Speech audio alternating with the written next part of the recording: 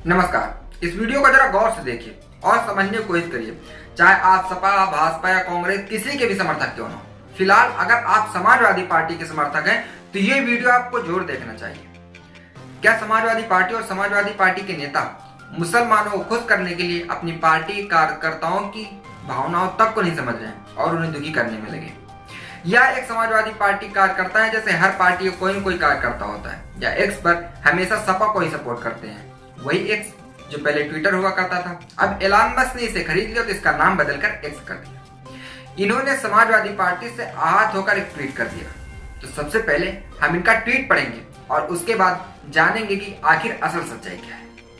इन्होंने अपने ट्वीट के साथ एक पोस्टर लगाया है और ये वही पोस्टर है, और उसके बाद इन्होंने लिखा कि मैं सपा का सपोर्टर हूँ और बहुत बड़ा सपोर्टर हूँ। मैं छोटे से गांव का हूँ, बाहर रहकर पढ़ाई करता हूँ, लेकिन जब भी गांव जाता हूँ लोगों को सपा के बारे में बताता हूँ, समझाता हूँ, उनके अधिकारों के बारे में बताता हूँ। लेकिन आज यह देखकर मन व्यथित है कि क्या मैं सही कर रहा हूँ। इन्होंने एक आगे कहानी बताई और लिखा कि मेरा दोस्त दिलीप यादव सपा के चक्कर में जेल हो आया। हमें किसी नेता का सदस्य प्राप्त नहीं हुआ, हम लोगों ने स्वयं संघर्ष किया। लेकिन अगर बात इतिहास की करनी है तो सपा कहती है कि औरंगजेब महान है और महाराणा गद्दार है, तो मैं ऐसी पार्टी का शायद ही सपोर्ट कर पाऊंगा। मुझे पता है मेरी पोस्ट का जवाब कोई नहीं देगा, लेकिन एक कार्यकर्ता की कीमत अगर नहीं समझ पाए तो कोई बात नहीं। यह पोस्ट देखकर मन व्यथित और चिंतित है। सिर्फ यही नहीं, आगे इन्होंने लिखा क्या भाजपा ही सही पार्टी है, क्या हमें योगी जी को सपोर्ट करना चाहिए? ऐसे बहुत से प्रश्न जान है जिनका जवाब अभी नहीं है मेरे पास। मैंने इन भाई की पोस्ट को देखकर वीडियो इसलिए बनाया क्योंकि मुझे लगा कि लोगों को बताना चाहिए, खासकर नेताओं को बताना चाहिए कि एक कार्यकर्ता की क्या कीमत होती है और कार्यकर्ता की क्या भावना होती है। बहुत से कार्यकर्ता ऐसे होते हैं जो अपने नेता के लिए जान तक देने के लिए तैयार रहते हैं। आपने सपा के बहुत से कार्यकर्ता देखे होंगे जो अपनी छाती पर सपा के लिए टैटू छपवा के रखते हैं। अब ऐसे ही हालातों का नतीजा था कि समाजवादी पार्टी मिल्कीपुर हार गई।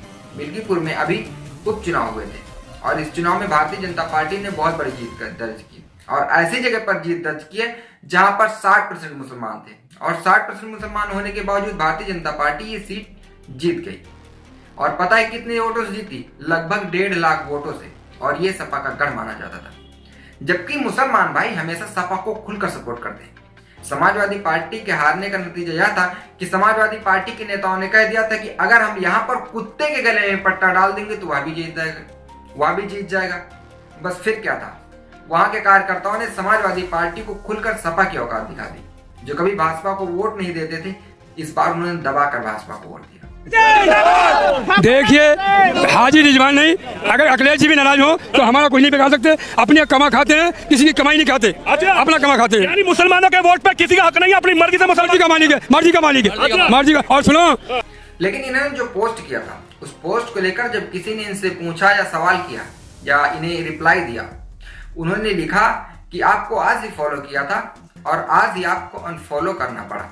औरंगजेब महान कदापि नहीं हो सकता, लेकिन बाबर को किसने बुलाया यह सर्वविवादित है। जो इतिहास है वो बोला गया है, इसमें गलत क्या है? अगर आपको लगता है कि भाजपा सही पार्टी है तो जाइए, आपको कोई रोक नहीं रहा है। तो इन्होंने बड़ा प्यारा जवाब दिया और इन्होंने कहा कि रहेंगे तो सपा के ही, भाजपा में तो आजीवन नहीं जाएंगे, लेकिन महापुरुषों का अपमान हमसे सहा नहीं जाएगा। आप सह सकते तो सही है, हम कहते हैं कि हम सत्ता में और 10 साल ना आए, लेकिन महापुरुषों को गालियां नहीं देंगे। आप अबू आदमी का बयान सुन लो, आप बेफिक्र होकर अनफॉलो कर सकते हैं। अब थोड़ा ये भी जान लीजिए कि आखिर ये मामला कैसे उठा और ये मामला क्या है।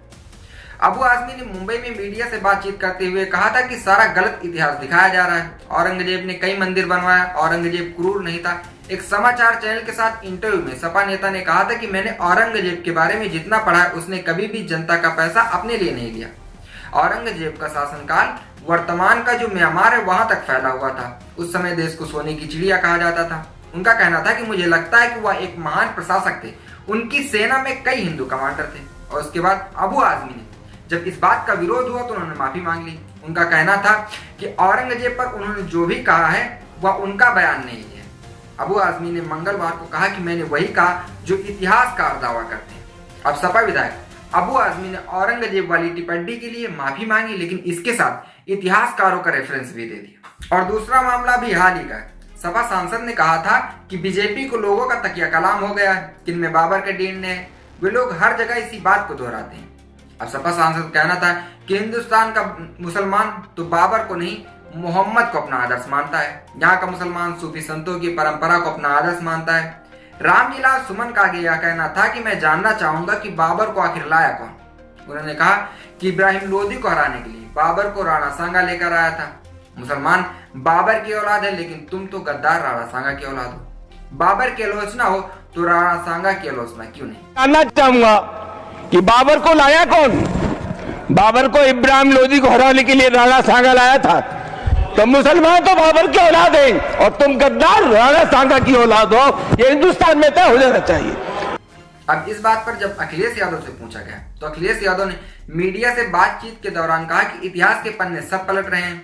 भारतीय जनता पार्टी के लोग औरंगजेब की बहस छेड़ना चाहते हैं। अगर रामलीला सुमन ने भी इतिहास का एक पन्ना पलट दिया जिसमें इस तरह कुछ भाव लिखा है। अखिलेश यादव का दावा था कि साल 100 या 200 साल पहले का इतिहास नहीं लिखा है और ये इतिहासकारों ने लिखा है। इसलिए भाजपा से निवेदन है कि इतिहास के पन्ने ना पलटे। अगर पन्ने पलटे जाएंगे तो शिवाजी का तिलक हाथ से नहीं बल्कि पैर के अंगूठे से किया गया था। आप इतिहास के पन्ने पलटिए।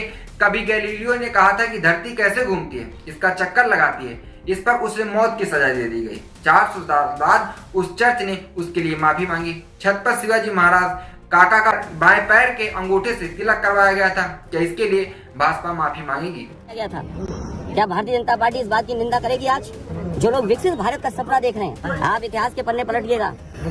कभी गैलीलियो ने कहा था कि धरती कैसे घूम रही है, किसका चक्कर लगा रही है, उसे सजा दे दी थी, मौत हो गई थी उसकी। 400 साल बाद उस चर्च ने माफी मांगी उस बात को लेकर के। अगर भारतीय जनता पार्टी छत्रपति शिवाजी महाराज जी को मानती है और विकसित भारत का सपना देखती है, क्योंकि इटली विकसित भारत है, विकसित भारत उस तरह पहुंचना चाहता है। इटली भी विकसित है, दुनिया में वो विकसित देश है। तो क्या अगर चर्च ने अपनी गलती स्वीकार की थी, माफी मांगी थी, तो छत्रपति शिवाजी महाराज जी का बाएं पैर के अंगूठे से तिलक हुआ, उसके लिए भारतीय जनता पार्टी माफी मांगेगी कि नहीं मांगेगी? दोस्तों, जो सच था वो मैंने आपको बताया। अब आपको निर्णय करना है कि सही क्या है, गलत है। अगर ये वीडियो आपको अच्छा लगा तो इस बात को आप कमेंट बॉक्स में कमेंट करके जरूर दें और इस वीडियो को अपने दोस्तों के साथ शेयर करना ना भूलें।